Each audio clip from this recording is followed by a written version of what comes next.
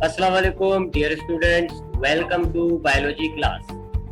Student, आज की class में हम बायोलॉजी के सिलेबस को डिस्कस करेंगे। हमारे पास बायोलॉजी की बुक में टोटल 9 चैप्टर्स हैं और हमने इन 9 चैप्टर्स को 8 मंथ में डिस्ट्रीब्यूट किया है। तो आइए देखते हैं कि हर मंथ में हमने किन चैप्टर्स को डिस्कस करना है। सबसे पहले मंथ नंबर 1 यानी फर्स्ट मंथ में हम बायोलॉजी का फर्स्ट चैप्टर डिस्कस करेंगे। इस चैप्टर का नाम है इंट्रोडक्शन टू बायोलॉजी। इस चैप्टर में जो सबसे पहली चीज हम पढ़ेंगे वो ये है कि व्हाट इज बायोलॉजी, बायोलॉजी क्या होती है। इसकी इंपॉर्टेंट ब्रांचेस को देखेंगे कि कौन कौन सी बायोलॉजी में इंपॉर्टेंट ब्रांचेस होती हैं और किन ब्रांचेस में हम किन चीजों को स्टडी करते हैं। साथ साथ हमने बायोलॉजी की इंपॉर्टेंस को भी देखना होगा और फिर हम देखेंगे कि बायोलॉजी स्टडी करने के साथ हमारे पास कौन कौन से करियर ऑप्शंस मौजूद होते हैं। उसके बाद सेकंड मंथ की बात करें तो सेकंड मंथ के अंदर हम बायोलॉजी का सेकंड चैप्टर पढ़ेंगे। सेकंड चैप्टर का नाम है सॉल्विंग अ बायोलॉजिकल प्रॉब्लम। इस चैप्टर में हमने ये देखना होगा कि बायोलॉजिकल प्रॉब्लम्स को एक बायोलॉजिस्ट कैसे सॉल्व करता है। बायोलॉजिकल प्रॉब्लम्स को सॉल्व करने के लिए हमारे पास एक मेथड होता है और उस मेथड को हम कहते हैं बायोलॉजिकल मेथड। ये जो बायोलॉजिकल मेथड होता है ये एक सिस्टमैटिक मेथड होता है। इसमें स्टेप्स होते हैं, आपने उन स्टेप्स को सही ऑर्डर में फॉलो करना होता है। तो कौन कौन से स्टेप्स होते हैं, किन स्टेप्स में एक बायोलॉजिस्ट क्या काम करता है, ये सारी चीजें हमने इसी चैप्टर में चैप्टर नंबर 2 में डिस्कस करनी होती है। उसके बाद हमारे पास थर्ड मंथ आएगा। थर्ड मंथ में हम बायोलॉजी का थर्ड चैप्टर डिस्कस करेंगे। थर्ड चैप्टर का नाम है बायोडायवर्सिटी।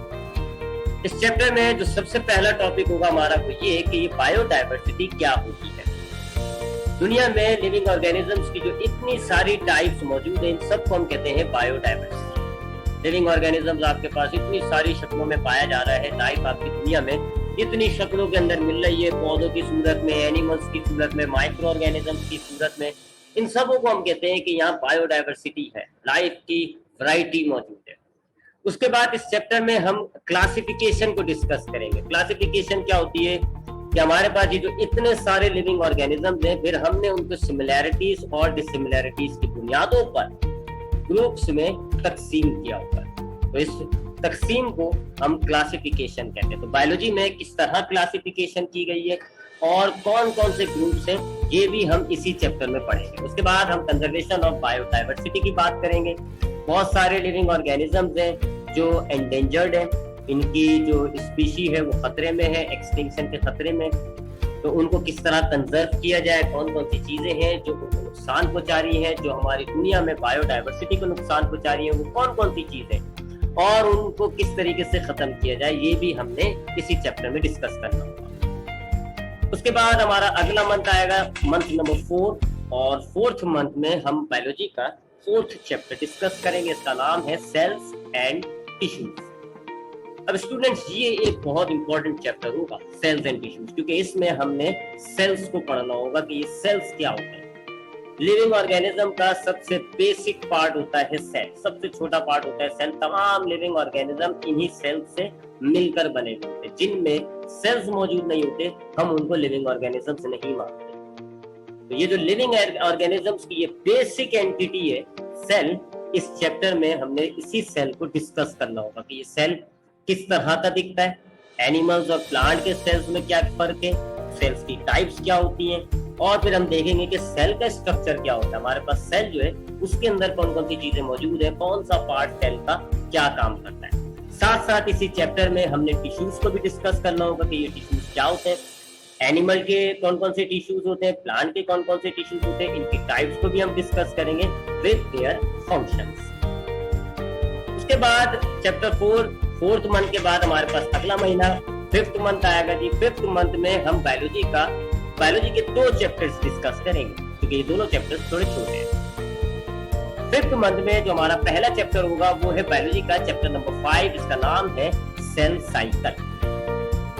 अब स्टूडेंट्स, यहाँ जब हम ये चैप्टर पढ़ेंगे तो हम सेल को तो पढ़ के आ चुके हैं पिछले चैप्टर में, तो यहाँ इस चैप्टर की स्टार्ट में हमें सेल तो पता होगा कि सेल क्या होता है, लेकिन हमारे जिस्म में ये नए सेल्स कहाँ से आते हैं ये चीज देखेंगे इस चैप्टर में। हमारे जिस्म में जो नए सेल्स बनते हैं वो एक प्रोसेस के जरिए बनते हैं जिनको हम कहते हैं सेल डिवीजन।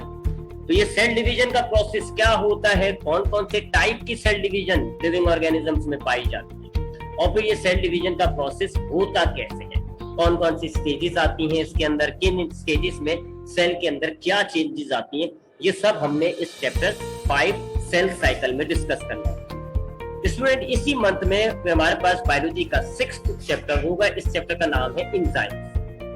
इस चैप्टर में हम देखेंगे कि एंजाइम्स क्या होते हैं, व्हाट आर एंजाइम्स, एंजाइम्स क्या होते हैं। लिविंग ऑर्गेनिजम्स के कैटलिस्ट होते हैं ये रिएक्शंस में बगैर हिस्सा लिए रिएक्शंस की स्पीड को इंक्रीज करते हैं, ऐसे कंपाउंड होते हैं। तो एंजाइम्स को हम डिटेल में देखेंगे कि एंजाइम्स क्या होते हैं, इनकी टाइप्स देखेंगे, इनकी कंपोजिशन देखेंगे कि एंजाइम्स किस तरह बने हुए होते हैं, और इन एंजाइम्स की कैरेक्टरिस्टिक्स को भी देखेंगे। साथ साथ हम इन एंजाइम्स के काम करने का जो तरीकाकार होता है, मूड ऑफ एक्शन, उसको भी डिस्कस करेंगे। तो चैप्टर मंथ 5th मंथ में हमारे पास 2 चैप्टर होंगे बायोलॉजी के। तो 5th मंथ के बाद मूविंग ऑन 6th मंथ आएगा हमारा सेशन का। सेक्शन के 6th मंथ में हम बायोलॉजी का 7th चैप्टर डिस्कस करेंगे। इसका नाम है बायो एनर्जेटिक्स। इस चैप्टर में बायो एनर्जेटिक्स को डिस्कस किया जाता है। बायो एनर्जेटिक्स क्या होती है, बायोलॉजी की एक ब्रांच ही है जिसमें हम लिविंग ऑर्गेनिजम्स के अंदर जो एनर्जी के मामलात होते हैं, एनर्जी कैसे हासिल की जाती है, किस फॉर्म में होती है, किस फॉर्म में लिविंग ऑर्गेनिज्म उसको कन्वर्ट कर देता है, फिर इकोसिस्टम में एक ऑर्गेनिज्म से दूसरे ऑर्गेनिज्म में किस तरह एनर्जी मुंतकिल होती है। यानी लिविंग ऑर्गेनिज्म के अंदर एनर्जी के तमाम मामलात बायो एनर्जेटिक्स में डिस्कस किया जाता है। तो इस चैप्टर में हम लिविंग ऑर्गेनिज्म के अंदर ये एनर्जी के ही मामलात को डिस्कस करेंगे। यहाँ इस चैप्टर में आपके पास 2 अहम प्रोसेस आएंगे, एक कहलाता है फोटोसिंथेसिस, एक कहलाता है रेस्पिरेशन। ये दोनों जो प्रोसेस होते हैं, फोटोसिंथेसिस और रेस्पिरेशन, इन दोनों का ताल्लुक लिविंग ऑर्गेनिज्म के अंदर एनर्जी से ही होता है। लिहाजा इसी चैप्टर में हम इन्हीं दोनों प्रोसेस को डिस्कस करेंगे। काफी डिटेल में हमें इन दोनों प्रोसेस को डिस्कस करना होगा। उसके बाद स्टूडेंट हमारे पास आएगा सेशन का 7वां month, 7th month of the session.